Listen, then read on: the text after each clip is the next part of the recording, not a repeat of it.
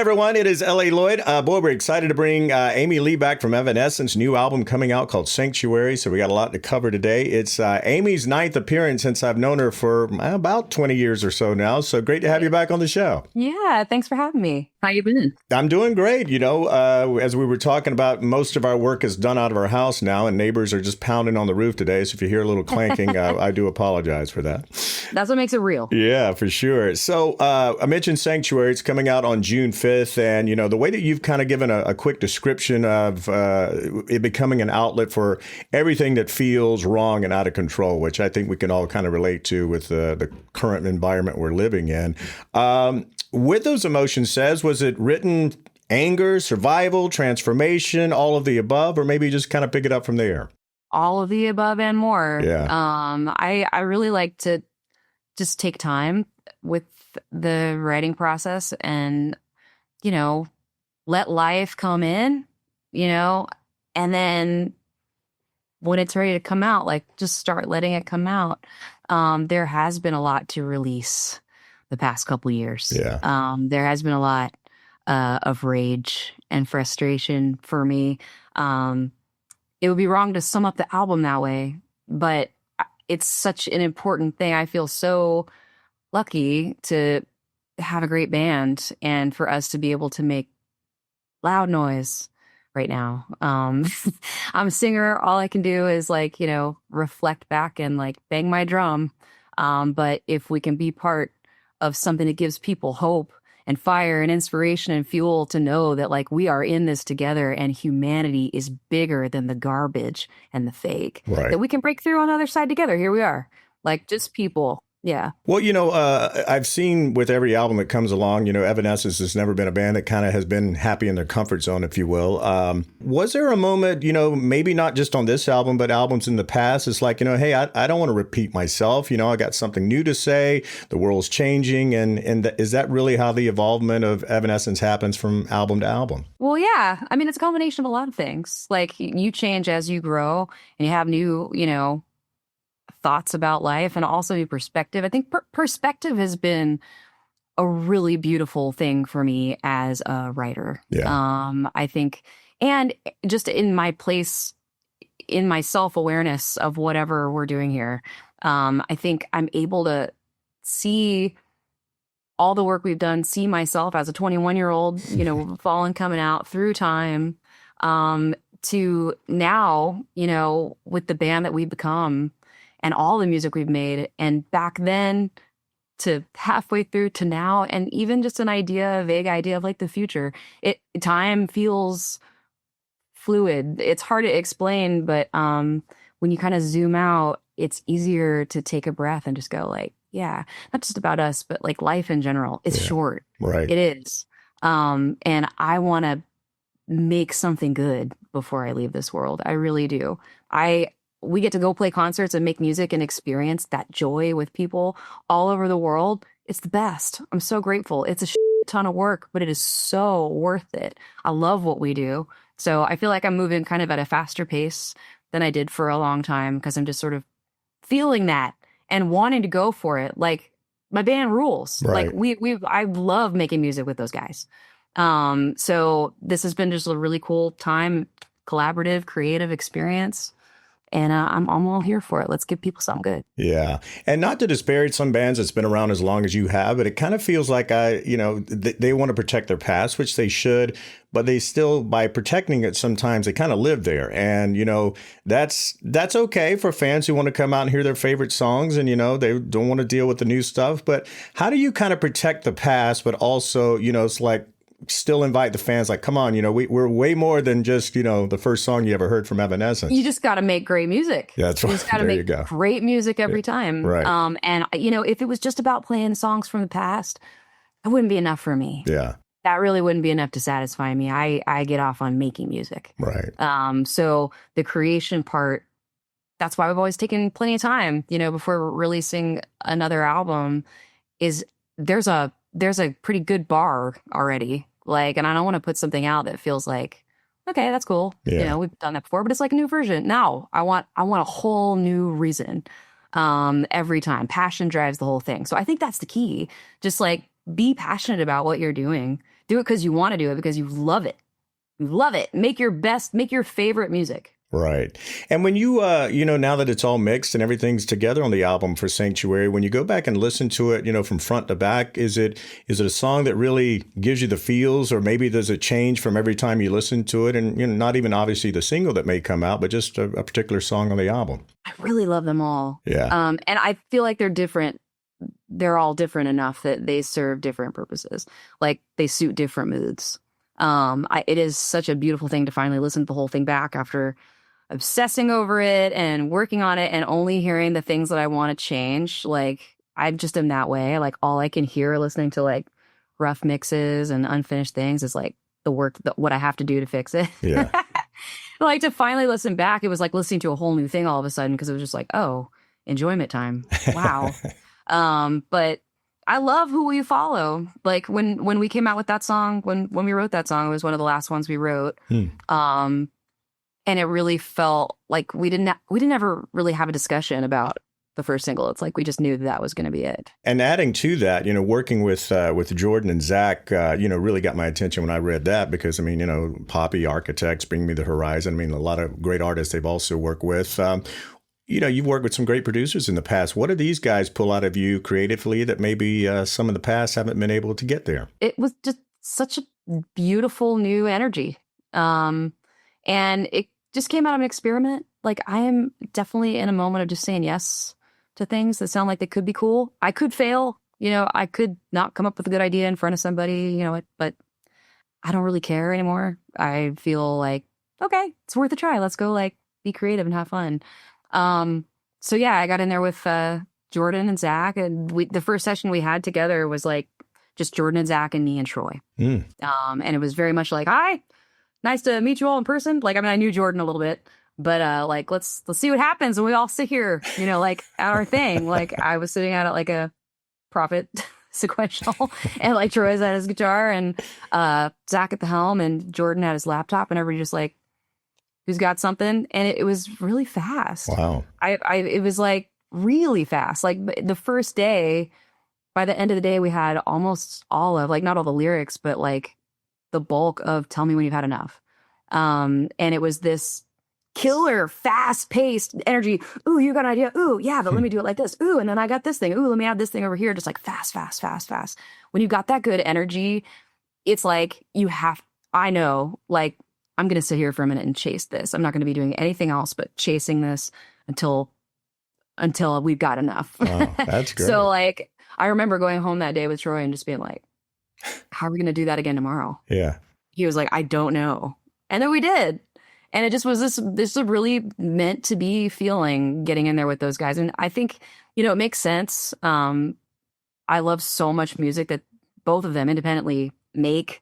So we're all fans of each other's work, and they're fans of us, and they're old school fans of us. So I think that something really beautiful specifically to our synergy was the fact that they get us as producers, but also like as fans.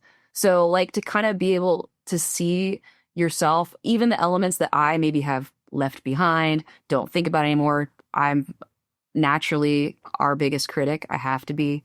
To be able to step out of that and see through somebody else's eyes that loves and respects it was really good for me. Yeah. I found myself embracing things that I just hadn't thought about that way in a lot of years, and falling in love with things. I feel like this album has a very future feeling. Like it feels like this is a new thing, but at the same time, it is like more roots at the same time than it has been since the first one. Yeah, and just carrying on that question a little bit further, while writing, did you find yourself kind of doing it a little bit more instinctively this time instead of, I don't know, a symbolism vibe that, you could have heard in some of your previous songs? What do you mean symbolism? Well, just trying to think of a song.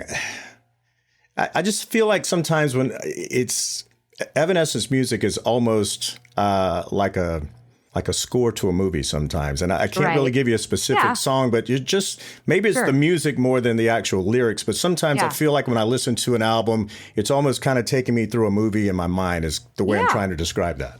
Right. That's good. And you feel like less like that this time or what? No, I'm just asking, do you feel like you wrote pretty much the same way? I mean, like when I listen to this one, I feel like it's more of a book instead of a movie. I kind of feel like I'm going through different Cool. chapters. So That's really cool. yeah, yeah. Yeah, I don't know. I always really just try to keep a wide open heart. I Yeah. really do. Just Yeah. keep an open mind and like listen for ideas like in the world and in your mind and in your heart. Like just let things happen and then see how they develop. And as we grow, you know, as the band grows, and whether you're working with a different producer or songwriter or whatever, those things are going to come into play. We have Emma now. This is the first album with her, and she's most badass. definitely, yes, she's a badass. I've loved her for so long. I'm so grateful to have her. We all are. But she brings her own spice. So I want to hear that. And like, what's that sound like when we mix that into our sound? And it's awesome. So I don't know. You just take all those things and just start playing with them. It's just play. It's just music. Right, it's not rocket science. There you We're go. just playing and picking all our favorite sounds and then, you know, taking all my biggest feelings and screaming as loud as I can. Yeah, and you do it quite well too. On Who You Follow, is this more about the danger of just influence itself, or are you talking about specific people to kind of watch out for, or just a metaphor in a way? I feel like it's so specific, but I get it. So, like the lyric is, when all your faith in reality fades away, who will you follow? Like, who will you follow? If you don't even know what is real, like, how can you base any action if you don't even know what's true? If you don't even know what's AI, you don't even know what's being fed to you on your feed, that we are all it is so hard. And I am just as guilty. Like, I have to stop myself from doing this and then being like, holy shit, an hour just went by and I don't even know what I just looked at, but I'm mad and scared. Right. Like, so I feel like all of this input that is just such a drain. And it's at the same time, like, we do have to face reality. I feel like Who You Follow is more than anything like the plot of The Matrix. So it's waking up, you know, it's the disillusionment of this and wanting that. I want that. I want us to look at each other in the eyes as human beings and going, hi, like, is this real life? You're a real human being? Great. Let's have a glass of wine and get through this together, because running away from it and pretending like it isn't happening, you know, and just going along with the lies while they step on your neck isn't working. Right. So, like, let's come together. Love is strong. Yeah. People are powerful. We just got to know that. You got to know that. We have to remember that we have each other. Yeah, and I think that that opens up the feeling that most of us are feeling is just a feeling of hope, you know, because it's like, it feels like sometimes when you get up in the morning, it's like, man, here we go, the same old, and it's discouraging, and it's also, but like I said, I don't want to push it aside and just ignore it, but you know, sometimes, I mean, my best friends are so immersed in it, and you know what I'm talking about, posting every day, every word, you know, is like living because of someone else's actions, because you want to do something, right? And what can we do, right? And I guess I asked myself that question. I was like, well, I'm a singer and people listen to what I say, so instead of me personally like spending my time trying to make the perfect post and then all the energy that it takes out of me feeling misunderstood, you know, or whatever on. Yeah. How about do what I'm best at and put my hope and my love and my anger and all the things that I hope can bring us together into the music, you know, and hopefully have a deeper impact than that. No shade to the people shining light on the things that are true. That needs to happen. But there is definitely a degree of just so much information. Most of it lies, but like just information, just constant bad news. It's exhausting. We are exhausted. We're exhausted. And I don't think the solution is just running away from it. I think it's that we need change. Right. So first of all, let's face it together. Indeed. And the phones are not all terrible, as we say. We live with them there, and also as far as exposing you to new fans. I mean, there was a time that was CDs or maybe vinyl, or then streaming comes along, and now you might get 15 seconds on TikTok, and someone's like, "Who is this band? I love them." I mean, what does it feel like? This way now of attracting new fans. It's amazing. Yeah, I remember being so excited when that whole thing kind of started, like just being able to have some kind of a social media account and talk directly to the fans instead of waiting for a journalist, to have an interview with me and then process it in their own words and put it out in a magazine for somebody to read a month later. Like to just literally be able to go and go, hey, here's the deal, or here's the announcement, or hey, by the way, what I said, that's not what I said. This is what I meant, whatever it is, just to be able to have an actual direct line of communication, I think is a really good thing. And it's really cool also to see all of people's like artistic expression. Like, I don't know if it's just my algorithm, and I really don't spend a ton of time there, but like TikTok is fun to me. Like my algorithm is very much like art creation and comedy, just people being stupid. And that I can get behind. Going back to the first time I heard an Evanescence song, I was like, wow, this is something different. And even seeing you live, when you got these real heavy ass bands and then you come out and play the piano, I'm like, oh, wow, how is this going to go over? And it goes over beautiful.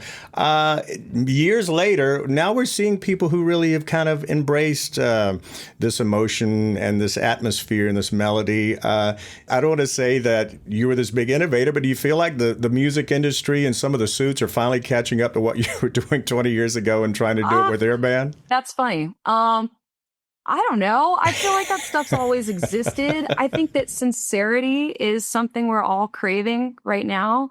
So I think that's why we're having, I don't know, this moment where I think people are expressing themselves in a way that is more pure instead of trying to be cool. I think that those are the things that are kind of breaking through again. And I think that when we came out, when things were happening for us, our first album came out in 2003.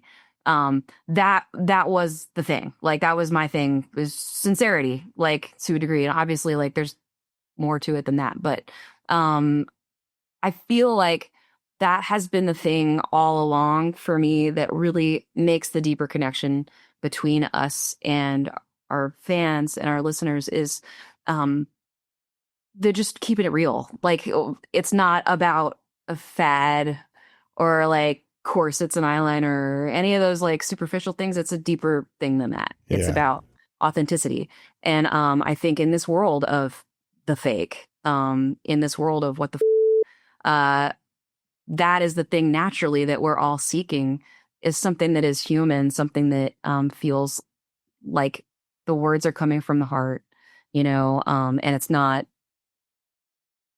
totally doctored to not sound human anymore. It's not sung by a robot. Right. And in all forms of art. I think we're probably going to see more of that in film and books and culture, is just authenticities. I love it. I think it's always time for that for me, but I feel like in the mainstream world, maybe it's time for that again. I agree 100%. We talked a little bit about Afterlife last time we were here, and do you feel like this reaction to this song was kind of different in a way, or maybe you'd kind of gone into this new phase? I mean, Afterlife just, boom, it just request. I mean, it was hitting hard. It's like, wow, this is great. I mean, did this one feel a little different to you, or it was just, hey, this is the way I'm rolling right now? Well, it did feel different. It was a different process. I feel like we've been in a moment the past couple of years with this creation process, and even through our touring, like, where it feels like this is a moment, like this is a moment, like seize the day, like let's go. Like I know exactly what to do. We know who we are, if that makes sense. It's not like okay, let's do something like a little bit different than the last one, or let's do something a little bit over here. It's like, we know who we are. Let's be the fullest version of that thing. Right. And that plus that song it came to us like from Netflix, and Alex Seaver, who was the composer on that episode of Devil May Cry, he reached out to me and was just like, hey, like, do you want to sing this thing? And he had like a minute and a half of music already. It was awesome. Like he did that. And I was like, okay. And we worked on it a little bit together, and it was just for the show. But then it was just so cool. At the end of it, is like, shouldn't this just maybe be a full Evanescence song. Like, what are we doing here? Let's bring Right. in the band. Like, we're doing it, but not really. And he's like, yeah. So then taking it to Nick and the band, when we were already in the studio, we had just started cooking. Like, we'd been writing a little bit, and we had like 3 songs that we went in the studio with Nick, and we were just cooking up cool stuff. And then Afterlife came in too when we were right in the right headspace. So it was just, it felt like a gift in a lot of ways because it was more like decorating the cake than like starting from scratch. It was a great idea to begin with. But then the collab with the franchise was, I think, part of that too. Like, that was 2 really interesting, make sense worlds coming together. Right. But Yeah. I do think it's a special song. And I was obviously super stoked to see people love it so much. Indeed.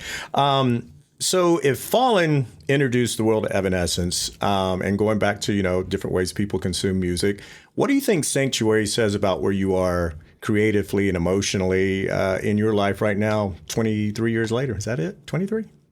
Wow. Yeah. Holy cow. Yeah, it is.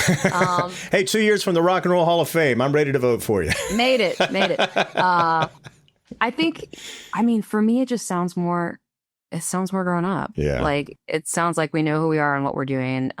Like, if you're going to set it next to Fallen, like, the growth is big for me. Like, I hear the growth. Like, Fallen is awesome, but also, like, I was like learning how to do it. Yeah. So like, now it's like taking all that life, and taking all of that experience and working with other people and just learning and building confidence too. I think it's our best one yet. Yeah. I probably say that every time, but I really do. Like, I don't know what, maybe your original question was like, what does it say? I don't know. I hope it shines some light. Yeah.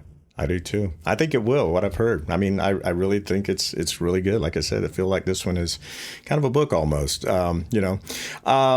Final question for you.